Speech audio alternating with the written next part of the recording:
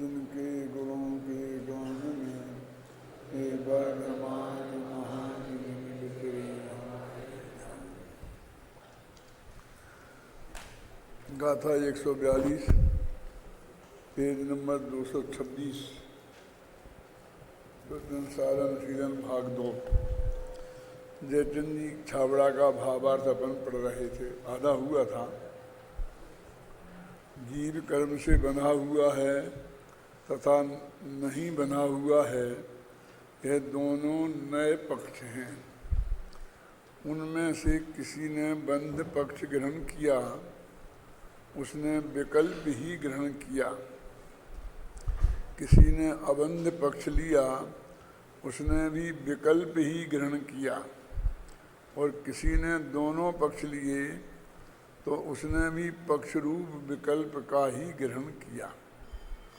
परंतु ऐसे विकल्पों को छोड़कर जो कोई भी पक्ष को ग्रहण कर नहीं करता, वही शुद्ध पदार्थ का स्वरूप जानकर उस रूप समय सार को, शुद्धात्मा को प्राप्त करता है। नए पक्ष को ग्रहण करना राग है, इसलिए समस्त नए पक्ष को छोड़ने से वीतराग समय सार हुआ जाता है। इसमें दो बातें बहुत महत्वपूर्ण हैं। पहली बात तो ये कि नए पक्ष को यहाँ विकल्प कहा जा रहा है, और दूसरी ये कि विकल्प को यहाँ राग कहा जा रहा है। सबसे अंतिम पंक्ति में है ना, विकल्प है वो राग है, और धर्म तो वीतरागता है। ये एकदम स्पष्ट है ख्याल में, है ना। अब नए पक्ष से वो विकल्प क्यों है? वैसे तो ज्ञान का स्वभाव ही विकल्पात्मक है। कहते हैं निराकारम दर्शनम और साकारम ज्ञानम। यहाँ जो विकल्प कह रहे हैं वो जो ज्ञान का स्वरूप सविकल्प है, वो विकल्प नहीं है। स्वरूप का निषेध नहीं समझना। ये जो अल्प ज्ञान की अवस्था में, मतलब जब तक केवल ज्ञान नहीं हुआ, और श्रुत ज्ञान की अवस्था में हमारे चित्त में विकल्प खड़े होते हैं। अब विकल्प का अर्थ ऐसा मत लगाना कि आकुलता वाकुलता, वो तो बाद में देखना है। यहाँ क्या है, क्या आपके पास कोई विकल्प है? क्या करना है? शास्त्री करना कि बीए करना कि बीएससी करना कि किसी इंजीनियरिंग करना, बहुत विकल्प है। आप सुने ना, विकल्प का मतलब होता है कि अल्टरनेट। हिंदी में क्या कहेंगे इसमें? हिंदी में तो विकल्प ही कहते हैं, ऑप्शन को अंग्रेजी में ऑप्शन। आपके पास क्या अवसर हैं, ये विकल्प है। कि व्यवहार नए का एक विकल्प है, निश्चय नए का एक विकल्प है, और कोई कोई टूडामल जी कहते हैं हम दोनों ही को मान लेंगे, हम क्यों एक के पक्ष में पढ़े। तो उसे भी जो दोनों की बात करता है, ऐसा लगता है कि एक पार्टी में चला गया, है ना। और अपना जो जैन समाज है वो ज़्यादा व्यापारी वर्ग है। उनसे पूछो कि तुम भारतीय जनता पार्टी वाले हो कि कांग्रेस वाले, तो वो यही कहेंगे ना भारतीय जनता वाले ना कांग्रेस वाले। क्यों? हम तो दोनों के हैं, जिसका राज्य है उसके हैं, जो गद्दी पे बैठा है उसके हैं, क्योंकि हमें तो अपना काम उससे चलाना है। उसके विरुद्ध में हम जाएंगे तो वो हमारे विरुद्ध न मालूम कितनी कितनी इंक्वायरियाँ बैठा देगा। और आज एक तो कोई बिजनेस साफ सुथरा रहा ही नहीं है, तो उसमें गारंटी से गड़बड़ियाँ होती ही हैं, और नहीं होए बिल्कुल निर्मलता भी हो गए हैं, और तो भी ये निकालने वाले निकाल लेते हैं। इसलिए हमारे पास कोई नहीं है। अन्यथा शरणम नास्ति, तुम्हें वे शरणम में आता है भगवान से। दूसरा कोई रास्ता बोलते हमारे पास नहीं है ना। तो वो ये कहते हैं ये भी एक विकल्प है। कौन? व्यवहार न्याय का विकल्प, एक निश्चय न्याय का विकल्प। और जो उभयाभासी टाइप के लोग होते हैं हम दोनों ही को मान लेंगे क्या? तो वो भी स्यादवाद है, कोई गड़बड़ नहीं है, लेकिन वो एकांत से ना हो तो उसकी सही रूप होना चाहिए। वैसे तो व्यवहार न्याय भी झूठा नहीं है, निश्चय न्याय भी झूठा नहीं है। ये जो अभी आप पढ़ रहे थे, शांति जी पढ़ा रहे थे आपको, सेनाचार्य ने जो कहा है कि व्यवहार भी दो प्रकार का और निश्चय भी दो प्रकार का है, उसमें से हम ऐसा अर्थ भी निकाल सकते हैं कि व्यवहार भी अभूतार्थ है और निश्चय भी अभूतार्थ है और ऐसा भी निकाल सकते हैं कि व्यवहार भी भूतार्थ है और निश्चय भी भूतार्थ है। और निकाला भी है जैसे ने, ऐसा नहीं अपन निकाल सकते हैं। क्यों? मैंने ऐसा नहीं, कोई अपेक्षा ऐसी भी है कि ये व्यवहार नए एकदम सफ़ेद झूठ नहीं है। ये हमारी पत्नी है और ये हमारा पति है, ये व्यवहार 7 फेरे पड़े हैं और भारतीय कानून में भी उसे संरक्षण प्राप्त है। आपकी समझ में? अब उसका ग्रहण त्याग इतना आसान नहीं रह गया है। अब गवर्नमेंट से मंजूरी लेनी पड़ेगी। वो ये जो मकान वगैरह हैं इनकी भी रजिस्ट्री अपने नाम है। इनको हम कितनी भी तोड़ फोड़ करें और पड़ोसी वाले की एक ईंट को तो छू के देखें, ऐसा। और ये सब परिग्रह नाम का पाप है, तो वो सत्यार्थ हो गया। लेकिन इतना मोक्ष में ज़्यादा काम नहीं आएगा, असत्यार्थ हो गया। तो एक ही तो अपन ने कानून लगाया ना कि मोक्ष के मार्ग में इसे छोड़ना पड़ेगा। असत्यार्थ कहने का और क्या कारण है?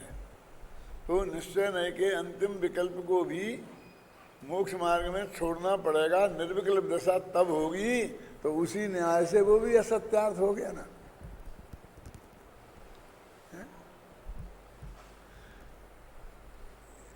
इसलिए मैंने नए चक्र में एक उदाहरण दिया है कि ऊपर ऊपर का नए और नीचे के नए का निषेध करता चला जाता और नीचे का नए ऊपर के नए का प्रतिपादन करता चला जाता है। फिर अंत में आता है कि न्यायाधिराज जो है, कौन? परम शुद्ध निश्चय नए, उसके ऊपर तो कोई नए है ही नहीं, तो उसे कौन निषेध करेगा? एक तो हम जवाब ये दे सकते हैं कि उसे निषेध करने की जरूरत ही नहीं है, उस पर पूछने के लिए तो सारी बातें थी। क्यों? 13वें गुणस्थान 14वें गुणस्थान से छूटने का क्या पुरुषार्थ है? पुरुषार्थ क्या मुश्किल से तो मिला है कितना आनंद पुरुषार्थ करके, और तुम छोड़ने के पुरुषार्थ की बात कहते हो। क्यों? अब अनंत सुख हो गया, उसे छोड़ना है? भैया अनंत सुख की बात नहीं है, वो 14वें गुणस्थान की बात है। भगवान आत्मा तो गुणस्थानातीत है ना। तो उसमें ये लिखा है कि वो न्यायाधिराज है और वो सबका निषेध करके स्वयं भी का भी निषेध कर देता है। वो अपने आप दूसरे को जरूरत नहीं पड़ती है, इसलिए शुद्ध नए का जो विषय रह जाता है और नए का विकल्प खत्म हो जाता है आत्मा अनुभूति में। तो एक बहुत अच्छा उदाहरण है साथ उसमें मैंने नए चक्र में लिखा है। एक चपरासी को अपन ने गेट पे रखा और जिसकी ड्यूटी है कि बिना परमिशन के किसी को आने नहीं देना। क्यों? उसकी ड्यूटी कहाँ है? गेट पे। किसी को नहीं आने देना, तो वो आ सकता है अंदर के? नहीं।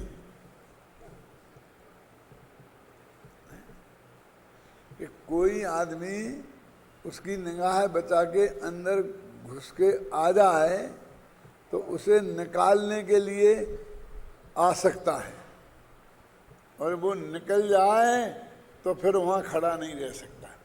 जिस पे गेट पे जिसकी ड्यूटी है ना, लोकसभा के गेट पे ड्यूटी है, कोई समझ लीजिए, तो वो दूसरे को निकालने के काम ही अंदर आएगा, फिर उसे कौन निकालेगा? बोला जैसे वो दूसरे को निकाल कर फिर स्वयं निकल जाता है, ऐसे ही ये परम शुद्ध निश्चय है, दूसरों को निकाल कर फिर स्वयं निकल भी जाता है। आगे ख्याल में है ना। तो एक तो इसको विकल्प माने, आप समझेंगे ना, क्योंकि वो पक्ष माने विकल्प, तो वो अनुभूति है निर्विकल्प, चाहे वो केवल ज्ञान के उधर की होवे, चाहे चौथे गुण स्थान में सम्मदर्शन प्राप्त करना है उसकी होवे। निर्विकल्प अनुभूति नहीं होगी तब तो सम्मदर्शन नहीं होगा। तो इसलिए ऐसा नहीं कि ऊंची भूमिका में जाके निषिद्ध हो जाएगा। वो गुणस्थान प्रपाटी से भी अपन ने लिखा है, अपरमेक्षिता भावे, परम भाव और अपरम भाव की चर्चा में। लेकिन ये तो कहते हैं कि जब आत्मा में जा रहे हैं, इससे ऊंची दशा और कौन होगी? तो जहाँ यहाँ ये अपेक्षा लगाना बस, त्रयोग लब्धि से कैन लब्धि में पहुंच जाना, और कैन लब्धि से भी निकल के आत्मानुभूति में पहुंच जाना। तो एक तो इसको क्या कहा है? विकल्प। नए के पक्ष को विकल्प कहा है, नए को नहीं। और फिर कहते हैं वो राग है। अगर हमें वीतरागी होना है तो राग को तो छोड़ना ही पड़ेगा ना। दो बातें इसमें विशिष्ट हैं, अपन ने पढ़ लिया है, फिर भी आप पढ़ लेना, आपको तो एक दफा फिर पढ़ लें। जीव कर्म से बंधा हुआ है तथा नहीं बंधा हुआ है, ये दोनों नए पक्ष हैं। उनमें से किसी ने बंध पक्ष ग्रहण किया, उसने विकल्प ही ग्रहण किया। आ गया ना ये। किसी ने अबंध पक्ष लिया तो उसने भी विकल्प ही ग्रहण किया। नहीं साहब ये तो बहुत बढ़िया है, निश्चय ने कहा, लेकिन है तो विकल्प ना। और किसी ने दोनों पक्ष लिए तो उसने भी पक्ष रूप विकल्प का ही ग्रहण किया। वो विकल्पातीत कहाँ हुआ? ये मिथ्या और सम्यक दोनों में घटित हो जाएंगे।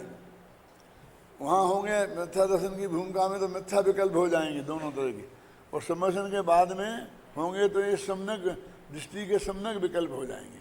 कैसे हो जाएंगे शांति जी? क्योंकि दोनों जगह कर्ण लब्धि है ना, दोनों जगह अधाकरण है, पूर्वकरण अनुवृत्तिकरण है ना। तो यहाँ तत्संबंधी विकल्प का निषेध है, वहाँ संबंधी विकल्प का निषेध है। ऐसा चौथे गुण स्थान में वो निर्विकल्प हो गया था, अब फिर द्वारा निर्विकल्प होने की क्या जरूरत है? फिर अनुभूति हो गई और फिर विकल्प में आ गया। आप समझे ना, ऐसा है। परंतु ऐसे विकल्पों को छोड़कर कोई भी पक्ष को ग्रहण नहीं करता, वही शुद्ध पदार्थ का स्वरूप जानकर उस रूप समयसार को, शुद्धात्मा को प्राप्त करता है। देखा है? ये हो गया नहीं एक बात। तो अब दूसरी बात है, ये नया प्यारा कर देते तो अच्छा रहता। नए पक्ष को ग्रहण करना राग है, इसलिए समस्त नए पक्ष को छोड़ने से वीतराग समयसार हुआ जाता है। सेकंड पॉइंट है ना। अब इसी भी राग करे, अरे भैया 10वें गुण स्थान तक होता है तो कौन सा राग होता? स्त्री पुत्र वाला होता होगा। ये तो 10वें गुण स्थान की बात ही नहीं है, अभी तो और आगे तक जाएगा राग। ये तो 6वें गुण स्थान तक की बात है। जो उसमें गया ना वो तो वैसे ही इसको छोड़ दिया उसने, लेकिन अभी भी वो राग तो तब तक वहाँ रहेगा ही 10वें गुण स्थान तक। मैंने उसमें कहा, एक प्रश्न उठाया है कि तुम्हें शर्म नहीं आती है, मुनिराजों को भी राग कहते हो, जिसने तन के वस्त्र भी छोड़ दिए हैं, जंगलवासी हो गया और उसको राग है, उसको राग हो कहते हो। तुम मुमुक्षु हो ना, तुम तो मुनियों के विरोधी हो ना, इसलिए कहते हो। तो मैंने उसका जवाब लिखा, भैया हमने कहा शास्त्र में लिखा है, तुम्हारे शास्त्र में लिखा। तो हमारा शास्त्र कौन सा कि तुम्हारे समय सार में? हमारे समय सार में नहीं लिखा, तुम्हारे घूमट सार में लिखा है। 10वें गुण स्थान की चर्चा कौन से में है? क्यों?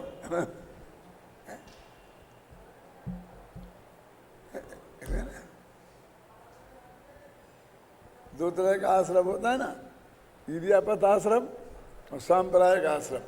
और 10वें गुण स्थान का नाम क्या है? सूक्ष्म सांप्रदाय का भेद है वहाँ। माने अकेला आश्रम ही नहीं, सांप्रदाय आश्रम हो रहा है। माने उतना जो क्षीण राग है, लोभ रूप का अंतिम रूप है, वो भी बंद कर रहा है। क्या तो शुद्धोपयोग में होगा, शुद्धोपयोग में, लेकिन राग यदि मौजूद है प्रकट पर्याय में तो वो अपना काम करेगा। कर्म इतना समझदार नहीं है, इसे छोड़ दो। वो तो इतना जानता है कि ये राग है, इसमें निमित्त हुआ तो वो बन जाएगा। तुम समझदार हो तो वो कर्म का उदय आए और कदाचित तुम राग नहीं करो, ऐसा हो सकता है। गम हमेशा समझदारों को खानी पड़ती है।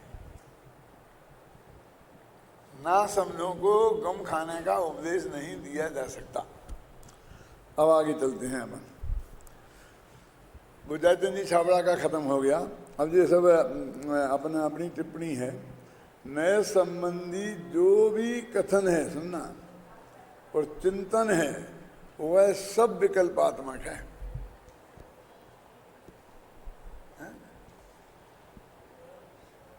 कलश टीका में हमारे राजमल जी ने तो यहाँ तक लिखा है कि कथन मात्र व्यवहार है। यहाँ तो निश्चय व्यवहार का तो भेद कर मान रहे कि कथन मात्र व्यवहार है, जो कहा तो व्यवहार हो गया। नए संबंधी जो भी कथन है, अब कथन है माने वाणी से, और चिंतन है, मन में सोचा, वह सब विकल्पात्मक है। और समय सार स्वरूप भगवान आत्मा निर्विकल्प है, विकल्पातीत है। यही कारण है कि वह नए पक्षातीत है। तात्पर्य यह है कि जब आत्मा का अनुभव होता है तब नए संबंधी विकल्प भी नहीं होता। कितना स्पष्ट होगी बात, अब कुछ रहा नहीं बाकी। इस प्रकार दृष्टि का विषयभूत भगवान आत्मा भी नए पक्षातीत है और उसकी अनुभूति भी नए पक्षातीत है। जब अनुभूति तो पर्याय है और वो तो द्रव्य है, इसलिए वो नए पक्षातीत होगा। पर्याय थोड़ी नए पक्षातीत है, ये तो दोनों ही नए पक्षातीत है।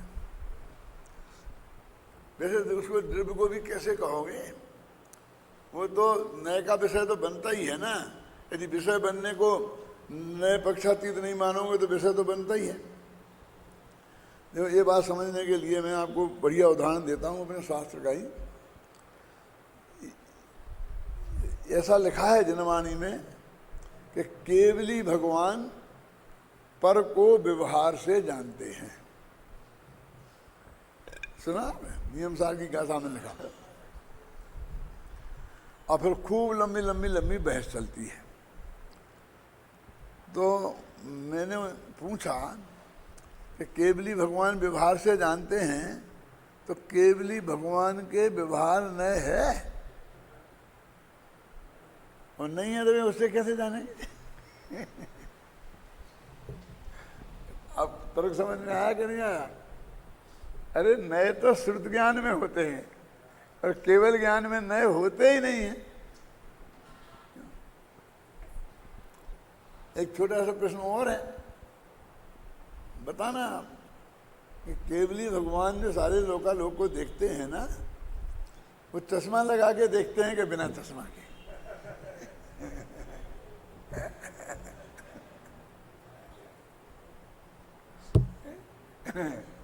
अरे भाई, जिस आंख को चश्मा लगता है वे उसे ही आंख से नहीं देखते, तो उस आंख का चश्मा तो बहुत दूर की बात है।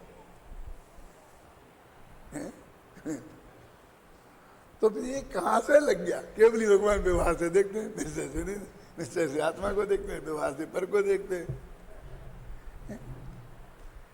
और नयों का प्रयोग तो क्रम सा होता है। जब व्यवहार का होगा तब निश्चय का नहीं होगा, निश्चय का होगा तब व्यवहार का नहीं होगा, तो उनका ज्ञान भी क्रमिक हो जाएगा ना। और उनका ज्ञान तो अक्रम से है और दर्शन और ज्ञान दोनों अक्रम है। तो ये जबरदस्ती केवली भगवान को क्यों घसीटते हो? शास्त्र में लिखा है। वो तो ये कह रहे कि तुम्हारे ज्ञान की जो शुद्ध ज्ञान की पर्याय है, वो अपने ज्ञान से अपने ज्ञान में नहीं लगा रहा है, वो केवली में नहीं लगता क्या? क्योंकि उसने एक नियम बना लिया नए में कि स्व को जानना निश्चय और पर को जानना व्यवहार। कहाँ लिखा? स्वाश्रितो निश्चया और पराश्रितो व्यवहारा। अब उसने ले लिया तो बस स्व को जाना मैं निश्चय और पर को जाना व्यवहार। अब केवली भी जानेंगे तो केवली में भी घटित कर लिया, उसमें क्या है? अब तुम जबरदस्ती अपने घर में बैठ करके केवली पे लगा दिया तो केवली पे थोड़ी उसका कोई असर हो गया। अब समझे ना? पर उतनी सी बात है कि वो पर है जिसको उनने जाना है, पर इसलिए व्यवहार कह दिया। नहीं, वो व्यवहार है और व्यवहार झूठा लाल है, इसलिए वो व्यवहार नहीं जानता। अरे कहाँ से लाए ये व्यवहार? माने नहीं जानता है, नहीं होता है। व्यवहार से जानता है कि निश्चय से जानता है? ये राजेश, ये दोनों जानने के भेद हैं, नहीं जानने के भेद नहीं हैं। क्या ना? क्या तो इन जानने के भेदों में से नहीं जानने के भेद है? क्यों? हमें पूछना ये था कि पंडित जी साहब से पूछ लो कि वे कब आएंगे, कौन सी तारीख को आएंगे, वो कौन सी ट्रेन से प्लेन से आएंगे, तो अपन को उनको रिसीव करने में सुविधा रहेगी। कि ये पूछे आओ सुमन जी से, क्या क्या पूछे आओ, कब आएंगे और कौन से साधन से आएंगे। तो ये जाके पूछता है साहब आप आएंगे कि नहीं आएंगे? क्या कोई जाके क्या पूछता है? क्या आप आएंगे कि नहीं आएंगे? अरे मूर्ख, तेरे से ये नहीं कहा था। क्या साहब उनने तो ये जवाब दिया है कि सोचूंगा। पूरा प्रश्न ही मूर्खता भरा है। तो क्या जवाब देते तेरे को? क्यों कि आप आओगे कि नहीं आओगे? तो उसका जवाब ये मिलता कि फला तारीख को आऊंगा और इस ट्रेन से आऊंगा। अरे हमसे बात पक्की हो गई है, उन्हें आना है। अब ये तूने क्यों फिर प्रश्न खड़ा कर दिया? तूने नई मुसीबत खड़ी कर दी। तो ना समझ लोग तो मुसीबत ही खड़ी करते हैं ना, उनके बस की और क्या है?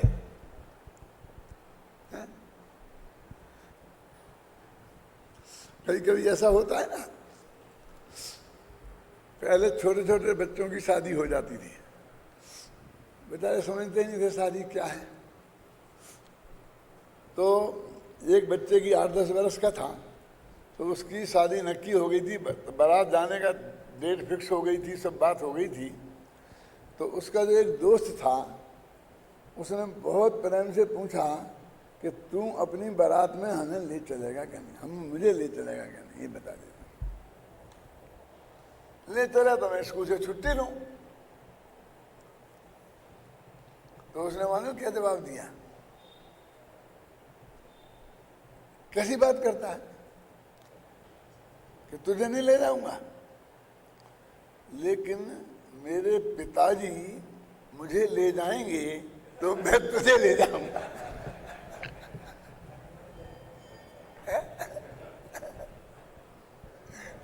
क्या? अब उसकी समझ में ये नहीं आता है कि मेरी बारात में पिताजी मुझे भी ले जाएंगे कि नहीं ले जाएंगे। कैसा पागल है? क्या पिताजी नहीं ले जाएंगे कि ले जाएंगे, तेरे में क्या सवाल खड़ा होता है? क्यों नहीं? इन पिताओं का भरोसा नहीं है। ये हमेशा ले जाएंगे ऐसा बोलते रहते हैं, यहाँ ले जाएंगे वहाँ ले जाएंगे, और जब ले जाने का नंबर आता है तो तेरे लिए एक बढ़िया बुस्सट ले आएंगे, चॉकलेट ले जाएंगे, अभी एक चॉकलेट ले, एक चॉकलेट लेके पकड़ चले जाते हैं। क्या ठिकाना है इनमें? इन बापों का कोई भरोसा नहीं, ये भरोसे लायक नहीं है। एक दफे नहीं कई दफे ऐसा हो गया, रोजाना ये होता है कि मेरे से कहते पक्का वादा, कि हाँ पक्का वादा, हाथ मिलाते हैं, हाथ मिला लेते हैं, क्यों? और एन मौके पर फिर वही हो जाता है।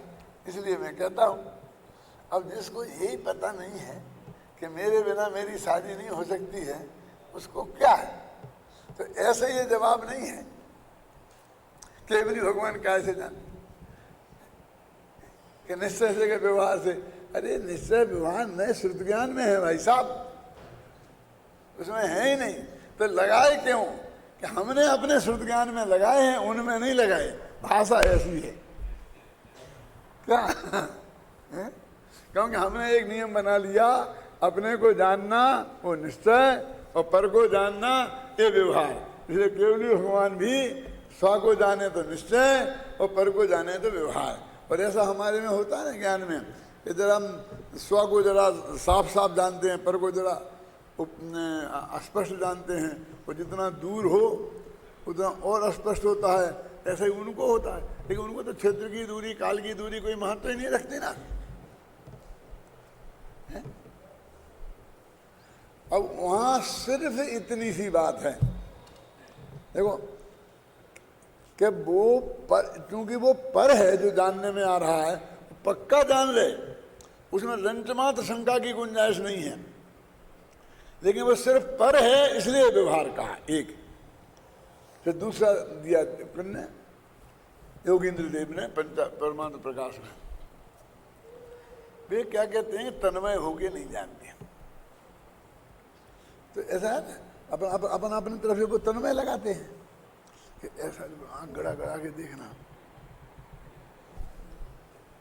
इसे तन्मय होके जानना दे रहे हैं। और ऐसी निगाह डाल दी, व्यंगावलोकन, सिंहावलोकन क्यों?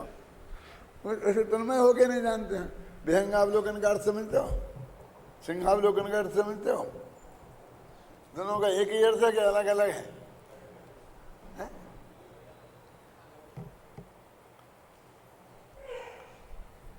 ये विहंगावलोकन क्या होता है, सिंहावलोकन क्या होता है?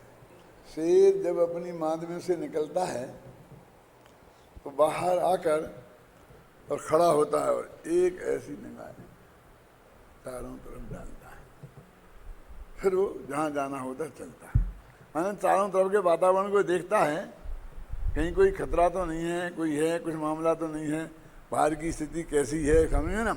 उसको बोलते सिंहावलोकन। तो सामान्य निगाह डालना। और विहंगावलोकन, जब एक पक्षी अपने घोंसले में से निकलता है आकाश के ऊपर, तो वो भी ऐसी निगाह डालता है कि आकाश में कोई खतरा तो नहीं है, बरसात तो नहीं है, धूप सर्दी गर्मी कैसी है, बाज पक्षी तो नहीं है कहीं, तो उसको बोलते हैं विहंगावलोकन। मैंने किसको देखा तूने, क्या देख रहा था? शेर से पूछो क्या देख रहा था, पक्षी से पूछो क्या देख रहे थे, कि कुछ नहीं, देख तो रहे थे। अब सुने ना, कुछ नहीं देख कर देखा जाता है, उसे सिंहावलोकन विहंगावलोकन कहते हैं। जमीन पे से देखे तो सिंहावलोकन, और आकाश में से देखे तो विहंगावलोकन। समझ में आ गया क्या नहीं? ये अर्थ समझते थे? उसका सामान्य अर्थ तो समझते ही होंगे, लेकिन क्यों नाम उसका सिंहावलोकन विहंगावलोकन पड़ा? ऐसे ही क्या देख रहे, ऐसा देख रहे, क्या देख रहे? कुछ नहीं देख रहे। किन्हें देख रहे? किसी को नहीं, सबको। हाँ, ये तो सिंहावलोकन है, ये तो विहंगावलोकन है। क्यों? क्या देख रहे हैं? किसको देख रहे हैं? ये देख रहे कि यहाँ कोई बैठा भी है कि नहीं। हम वैसे ही प्रोसेस शुरू कर दे रहे हैं। किसी को नहीं देख रहे, लेकिन सुनने वाले, समझ गए ना, पर्सनल किसी को नहीं देख रहे, लेकिन सामान्य रूप से है ना। लेकिन वो सिंहावलोकन विहंगावलोकन अरहंत के नहीं होता केवल ज्ञान में। वहाँ तो जो होता है वो सब एक सा ही अवलोकन होता है। तो अब समझ गए ना, 24 घंटा। तो वो क्या कहते हैं, तन्मय होके जानना। अपन तन्मय एकदम ऐसे, वो विहंगावलोकन नहीं। अतन्मय होके जानना वो विहंगावलोकन है। आप समझ गए? क्यों बताया मैंने ये आपको? अब तन्मय का अर्थ गलत हो गया, अब क्या करें? उस नीचे से ऊपर तक सब, एक किसी का नाम नहीं लेना चाहता हूं। अब तन्मय का अर्थ ये होता है कि मैं उस रूप हूं, ऐसी मान्यता पूर्वक जानना, उसका नाम है तन्मय होके जानना। और मैं उस रूप नहीं हूं, मैं उसका स्वामी नहीं हूं, मैं उसका कर्ता भोक्ता नहीं हूं, ऐसी मान्यता पूर्वक जानना, उसका नाम है अतन्मय होके जानना। तो केवली भगवान ये जानते हैं कि ये मैं नहीं हूं, इसलिए उनका जानना वो अतन्मय होके जानना है। समझ गए आप? तो पर को मैं रूप, तो ज्ञानी है, अज्ञानी नहीं समझता। कैसे नहीं? मेरे ही तो है, पत्नी मेरी तो है, घर मेरा ही तो है, बच्चे मेरे ही तो हैं, तो तन्मय होके जानना होगा। वो उपयोग की एकाग्रता से कुछ लेना देना नहीं है, आप समझेंगे ना। लेकिन लोग में तो तन्मय का वही अर्थ हो गया कि वे तो धंधे में ऐसे तन्मय हैं, क्यों कि उन्हें तो रुपया के अलावा कुछ दिखता ही नहीं है। आकाश में चंद्रमा देखते हैं तो रुपया दिखता है, क्यों? सूरज देखते हैं तो रुपया दिखता है। आप सुने ना। तो यहाँ पे तन्मय का अर्थ का उपयोग किए, यहाँ पर भी वही अर्थ है। वे तो मैं रुपया ही हूं, यदि ये रुपया खत्म हो गया तो मैं जीरो, क्यों? और रुपयों का ढेर इकट्ठा हो गया तो मैं हीरो। बस खत्म है क्या? नहीं ये कोई ऐसा नहीं, कोई मैं बात कर रहा हूँ 99.9% जितने परसेंट लगाना हो आपको, ऐसा ही है, क्यों? सारे जगत की ऐसी ही मान्यता है।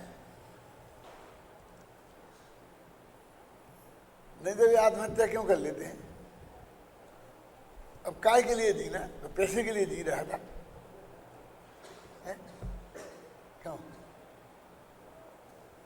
अब स्त्री पुत्र मर गए, सब साफ हो गया, अब किसके लिए जीना? तो दूसरों के लिए जीता है।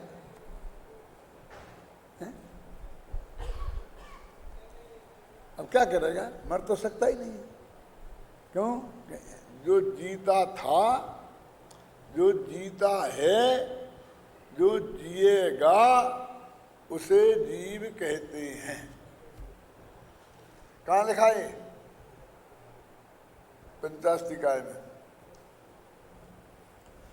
अजीवत जीवती जीवस्यति सजीवा। जो तीन काल जीव है, जीव जीव जीव जीव है, वो जीव है। यदि परिभाषा तेरे जीवन की पता होती तो मरने की बात सोच भी कैसे सकता था? कैसा बहुत बदनामी होगी, सही नहीं जाएगी, तो मर जाएगा तो फिर तो बदनामी नहीं होगी ना।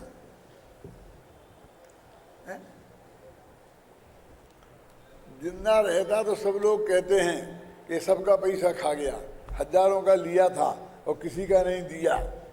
अब मर जाने के बाद नहीं कहेंगे। दे के मर रहा है क्या? क्या दे के मर रहा है क्या? लेकिन समझ में नहीं आता उसके।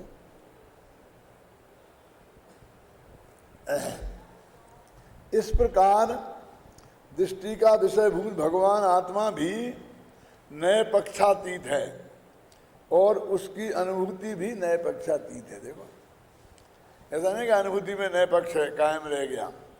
नए के कथनों से तो मात्र उसके स्वरूप का प्रतिपादन होता है। जब आत्मा का स्वरूप हमारे विकल्पात्मक ज्ञान में स्पष्ट हो गया तो अब प्रतिपादन का भी क्या प्रयोजन रह जाता है। अतः अब इन नए विकल्पों से बस हो, इसी में सार है। क्या नहीं साहब? अपन एक कर्जा तो उतारना चाहिए। हमें अपने गुरु से ज्ञान मिला है तो कम से कम आगे तो उसे रखना देना चाहिए ना। अब गुरु का तो कर्जा गुरु को पढ़ाएं तो उतरे, अब गुरु को तो पढ़ाने की जरूरत नहीं है, चले गए तो और जनता को पढ़ा दो। क्या कि तेरे को गुरु ने क्या पढ़ाया था कि कोई किसी को पढ़ा नहीं सकता। क्या करता, किसका करता, कैसा करता? तेरे को आता है विकल्प तो वो राग है और उसे थोड़ा बंद ही होगा, मोक्ष होने वाला नहीं। लेकिन वो कौन सा फुंसा नहीं में बंद होता है क्या, समझे ना? सोने की बेड़ी लोहे की बेड़ी, अब उधर जा रहे हैं ना अपन पुण्य पाप अधिकार की तरफ, इसलिए वो कहते हैं इसका विचार मत करके कौन क्या बनेगा, बस इतनी बात है, बंधेगा। जब आत्मा का स्वरूप हमारे विकल्पात्मक ज्ञान में स्पष्ट हो गया तो अब प्रतिपादन का भी क्या प्रयोजन रह जाता है। अतः आप नए विकल्पों से बस हो, इसी में सार है। उक्त गाथा का भाव आचार्य अमृतचंद आत्मख्याति टीका में इस प्रकार स्पष्ट करते हैं। अभी तक अपन गाथा के पढ़ रहे थे ख्याल में, है ना? अब अपन टीका पे बात करते हैं, है ना? जीव में कर्म, देखो ये बात तो 99.9% स्पष्ट हो गई। अब तो पढ़ना ही है, तो जितना विकल्प आएगा उतनी करेंगे व्याख्या, नहीं आएगा तो नहीं भी करेंगे। जीव में कर्म बद्ध है अथवा जीव में कर्म अबद्ध है, इस प्रकार के दोनों विकल्प नए पक्ष ही हैं। जो व्यक्ति इन दोनों नए पक्षों का उल्लंघन कर देता है, अतिक्रम कर देता है, दोनों को छोड़ देता है, वह समस्त विकल्पों का अतिक्रम करके स्वयं निर्विकल्प होकर एक विज्ञान घन स्वभाव रूप होकर साक्षात समयसार होता है। कुछ लोग ऐसा कहते हैं कि जब इसे छोड़ना ही है तो ये विकल्प करें ही क्यों। तो मैंने एक दिन बताया था ना कि असत विकल्प तो होते ही हैं, वे नहीं होते तो तेरी बात बिल्कुल सही थी। तो उन असत विकल्पों को तोड़ने के लिए ये विकल्प किए जाते हैं और फिर इन विकल्पों को तोड़कर अनुभव में जाया जाता है कि जैसा स्त्री पुत्र मकान जायदाद रुपया पैसा ये सब कोई मेरा नहीं है। अब यही कह रहे हैं, हाँ यही कह रहे हैं। तो जब है ही नहीं तो नहीं है कहने से क्या फायदा है। बात तो एकदम 100% सही है ना कि जबरदस्ती नहीं है नहीं है नहीं है कह करके एक तरीके से तुम भी हैं ऐसा बता रहे हैं। तो इसके लिए अमृतचंद्राचार्य ने प्रवचन सार में अच्छा प्रयोग किया कि हे माता जी तुम मेरी माता नहीं इस देह की माता हो। लेकिन पहले बहुत विनय पूर्वक हे माता जी कहा। गुरुदेव कहते देखो व्यवहार की स्थापना, यदि तुमने इनमें अपनत्व के विकल्प आज तक नहीं किए होते तो हम यही कहते कि ये नहीं है, इस विकल्प की भी तुम्हें जरूरत नहीं है। लेकिन अनादिकाल से आज तक और अनंत भविष्य में एक भी जीव ऐसा नहीं है कि जिसने अनादि से अभी तक ऐसे विकल्प नहीं किए। बात तो ये है ना असली स्थिति। तो तुम कह रहे वो तो बिल्कुल सही है कि नहीं करने की क्या जरूरत है। क्यों? तुम्हें पूछने का क्या अधिकार है कि जेल से कब आ गए। मैं बताया था ना, हम तो गए ही नहीं। कि बात आप सही कहते हो बिल्कुल भी 100%। लेकिन कोई अखबार उठा के देखो ना, हर अखबार की मेन लाइन हेडलाइन है, हर टीवी चैनल ये बता रहा है कि आप जेल गए आप जेल गए आप जेल गए। आप समझ आया नहीं आया? यदि ये नहीं होता तो हम सचमुच आपसे नहीं पूछते। लेकिन सारे देश को ये विकल्प खड़ा हो गया, अब वो विकल्प से ही धुलेगा। समझे ना?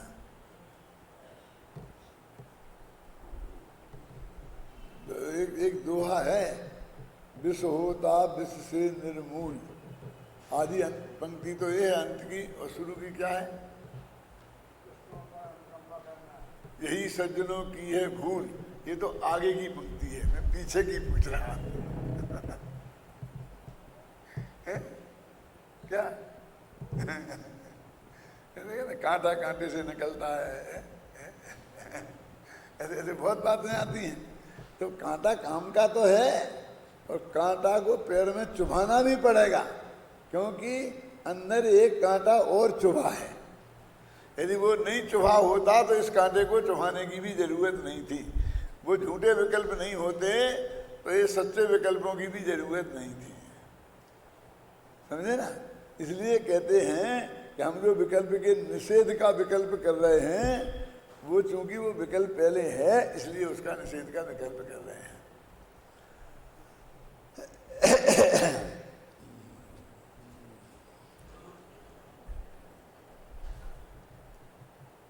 कांटा कांटे से निकलेगा और विष होगा विष से निर्मूल, और दुष्टों पे अनुकंपा करते यही सज्जनों की है भूल। यही है। तो मैंने तो ठंड भले ही नहीं बोला हो, गद्य तो उसका बता ही दिया था ना। क्यों? देखो अब आगे पढ़ते हैं। जो व्यक्ति जीव में कर्मबद्ध है ऐसा विकल्प करता है, वह जीव में कर्म अबद्ध है ऐसे एक पक्ष का अतिक्रम करता हुआ भी विकल्प का अतिक्रम नहीं करता। देखो ये न्याय की भाषा है, अमरचंद्र की भाषा। देखो ये बैंक की भाषा होती है ना कि इनने 1 लाख रुपए दिए, जिसके आधे 50,000 होते हैं और जिसके पाव 25,000 होते हैं। कि ये मूर्ख है, हमको ये पता नहीं है, ये लिख रहा है। और अंकेन इतने, क्यों? कि कोई आदमी ने एक बिंदी बढ़ा ली तो समझ गए ना? मैंने उसकी सावधानी के लिए अंक में, अक्षरों में, इनके आधे, इनके सवाए, इनके देवड़े, सब जगह फिर वो नहीं हो पाएगा, हिसाब बैठ पाएगा। ऐसी न्याय शास्त्र की भाषा ऐसी मजबूत होती है। ख्याल में ना? जो क्या भाषा बताता हूँ, कहते हैं कि जो व्यक्ति जीव कर्म से बद्ध है ऐसा विकल्प करता है, वह जीव कर्म से अबद्ध है ऐसे पक्ष का अतिक्रम करता है। पक्षातिक्रांत होना है ना, तो वो कहता मैंने इसका तो अतिक्रम कर दिया ना, आधा काम तो हो गया ना। कि जीव कर्म से बंधा नहीं है ऐसे विकल्प का मैंने अतिक्रम कर दिया, माने उल्लंघन कर दिया। तो मैं 50% तो मेरे को सही मानो। तो कहते जीव कर्म से बंधा है ऐसा करने वाला नहीं बंधा है, इसके विकल्प का अतिक्रम किया। और जो ऐसा मानता है कि जीव कर्म से नहीं बंधा है, उस जीव ने उस विकल्प का अतिक्रमण किया। किसका? बंधा वाले का। लेकिन नहीं बंधा वाले विकल्प में रहा, तो दो में से कोई एक विकल्प में रहा तो विकल्प में ही तो रहा, विकल्प का अतिक्रम कहां से हुआ? क्या है? क्यों? उपवास में शाम को कितने बजे तक खाना खा सकते हैं आजकल? अरे खाना खाने की जब बात ही नहीं है तो कितने बजे का प्रश्न क्या उठता है? देखो, ऐसा विकल्प करता हुआ भी जीव में कर्मबद्ध है ऐसे एक पक्ष का अतिक्रम करता हुआ भी विकल्प का अतिक्रम नहीं करता। अर्थात जो व्यक्ति वह विकल्प करता है कि जीव कर्म में बद्ध भी है और अबद्ध भी है, उसने भी दोनों विकल्पों का अतिक्रमण नहीं किया। तो विकल्पातीत कहाँ हुआ? ये तीनों आदमी। इसलिए जो व्यक्ति समस्त नए पक्षों का अतिक्रमण करता है वही समस्त विकल्पों का अतिक्रमण करता है, और जो समस्त विकल्पों का अतिक्रमण करता है वही समय सार को प्राप्त करता है, उसका साक्षात अनुभव करता है।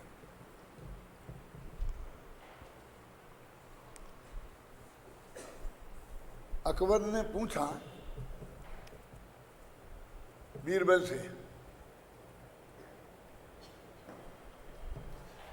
कि मूर्ख के सामने क्या करना चाहिए, मैंने मूर्ख से कैसा व्यवहार करना चाहिए। कोई बातें मूर्खाई की करे तो हम क्या करें? बोले हुजूर मेरे बस की इसका जवाब देना नहीं है, मैं अपने कल बच्चे के पोते को लाऊंगा तो वो इसका जवाब देगा। क्या किसको लाएगा? कि पोते को जवाब देगा और तू जवाब नहीं दे सकता। सब क्या करूं, नहीं है। और पोता को लाया, इतना सा बच्चा छोटा सा, उसे सिर्फ एक ट्रेनिंग लेके आया कि राजा कुछ भी पूछे तुम सिर्फ चुप रहना। क्या? अब अकबर ने बार बार पूछा तो चुप चुप चुप। कबीर वाले ये तो जवाब देता ही नहीं है कि साहब दे रहा है ना।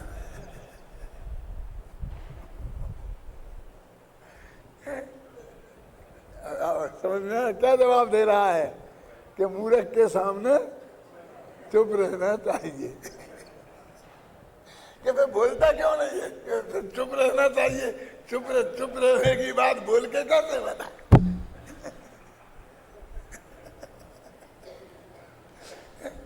चुप रहने की बात बोल के कैसे बताए? इसका क्या अर्थ हो गया कि तुम मूर्ख हो जो ऐसा प्रश्न कर रहे हो। अब वो बीरबल खुद तो कह नहीं सकता था, तो फिर निर्विकल्प रहना चाहिए ना कि चुप। तो हाँ क्यों नहीं भरते हो? फिर निर्विकल्प रहना चाहिए। ये विकल्प में उलझ गए ना, अब मैं तो निर्विकल्प रहूंगा, अब तो मैं कोई जवाब नहीं दूंगा। ये हमारी माताएं बहनें होती हैं ना, घबराना नहीं। पुरुष भी वैसे ही हैं। ये उदाहरण के लिए कह रहा हूं मैं, तो सिर्फ इनका बोलना भी कसाय पूर्वक होता है और चुप रहना भी कसाय पूर्वक होता है। यदि 7 दिन तक सास बहू आपस में नहीं बोले तो एकदम ऐसा नहीं बीतराग हो गई है। मौन भी कसाय पूर्वक है और बोले तो मैं तो ईंट का पत्थर जवाब देना था। मैं जवाब देने से पीछे नहीं रह सकता। आज तक मैं नहीं सुन सकता। तो जवाब देना भी कसाय पूर्वक है और जवाब नहीं देना भी कसाय पूर्वक है। तो क्या करें, मर जाएं कि मर जाना भी कसाय पूर्वक है?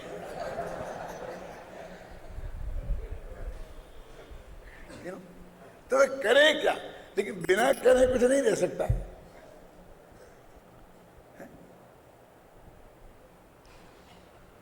कल मेरे एक मित्र के 2-3 फोन मेरे पास आए कि दादा ऐसी परिस्थिति हो गई, ऐसा परिस्थिति हो, क्या करूं? मैं तो ये जवाब देना चाहता हूं। मैंने कहा मैंने कहा था ना आपको, अपने गुरुदेव कहते थे no reply is best reply. नहीं देना जवाब, नहीं देना जवाब। फिर दूसरी आती है, मैंने कहा कि मेरे सामने ऐसी बात होती तो मैं तो जवाब देता ही नहीं। अब आपको जो करना है वो करें। तो आप कैसी बात करते हो? मैं जब आपकी ही मार्गदर्शन में सब करना चाहता हूँ और आपकी राय लेके बिना कुछ नहीं करूँगा तो आप ऐसा क्यों कहते हैं? तो मैं कह दिया ना, कोई जरूरत नहीं है। इसका जवाब दिया, फिर एक पत्र आएगा, फिर उसका जवाब देना, फिर एक पत्र आएगा, फिर उसका जवाब देना। ये जवाब नहीं देना भी एक जवाब है? और जो जवाब देकर नहीं दिया जा सकता, क्या जो जवाब देकर नहीं दिया जा सकता है, चुप रह के ही दिया जा सकता है। क्यों उलझना? अपने नियम सार की गाथा है ना, नाना जीवा नाना कम्मा नाना विध हवे लब्धि तम्मा वयण व्यादम सग पर सम ये ही न कर्तव्यो। कितना क्लियर है। जीव अनेक प्रकार के हैं, उनकी लब्धियां अनेक प्रकार की हैं। अकलंग देव ने मानो क्या लिखा इसके लिए, मुंडे मुंडे मतिर भिन्ना। जितने ये मूड है ना, मूड माने सिर और मूड माने मूरख, उनमें उतने उतने अलग अलग टाइप के विकल्प होते हैं। मुंडे मुंडे मतलब भिन्न, नाना जीवा और नाना कम्मा, और उनकी नाना विध हवे लब्धि, उनकी पर्यायगत योग्यता। लब्धि माने पर्यायगत योग्यता बिल्कुल अलग अलग तरह की है। एक ही बात का रिएक्शन हर आदमी में बिल्कुल अलग होता है। तो अब क्या करोगे आप, किन किन का उत्तर दोगे? आप अपना काम करो, अपना काम करो, मैंने अपने आत्मा के कल्याण का काम करो। मतलब लोक में लगाना हो तो लोक में जो भी तुम्हारा काम हो उसको करो, मतलब लौकिक की दृष्टि से, और परमार्थ की दृष्टि से ये है। क्योंकि ऐसी स्थिति में तो बाहुबली को स्पष्टीकरण करना चाहिए था कि मूर्खो, तुम ये कहते हो कि मेरे को ये विकल्प रहा कि मैं भरत की भूमि पे खड़ा हूँ इसलिए मुझे केवल ज्ञान नहीं हुआ। ऐसा नहीं है, भूमि भरत की कहाँ है, भूमि तो मैंने जीती थी। एक अच्छा जवाब देना चाहिए था ना उन्हें, क्या जवाब देना चाहिए था कि नहीं? अरे तुम्हें जो करना हो तो करते रहो। टोनामल जी लिखते हैं, इतनी स्थूल भूल चौथे गुणस्थान वाले से संभव नहीं है, तो छठवें सातवें वाले से कैसे संभव होगी?